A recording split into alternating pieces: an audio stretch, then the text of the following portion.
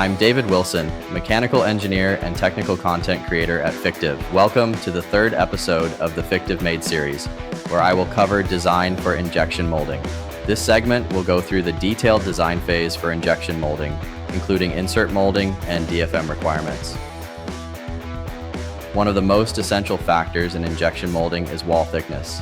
To prevent sink marks, it's critical to keep the thickness as consistent as possible.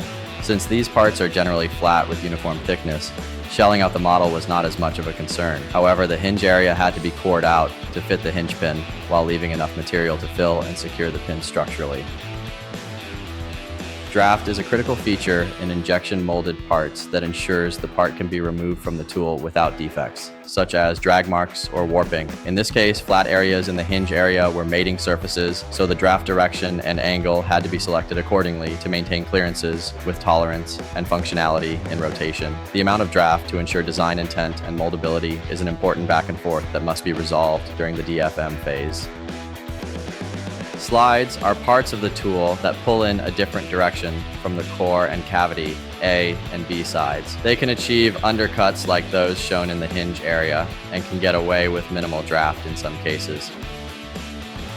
This multi-tool phone stand product combines multiple materials to add improved functionality for securely holding the phone and the box cutter feature. In this section shown here, a metal part is insert molded with a plastic part that is then overmolded with TPU. A mid-plane rib in this area allows excellent bonding with TPU material for the second shot on both sides. The challenge arises that an undercut is created in the pull direction of the overall part. This was solved by splitting the draft direction in this area.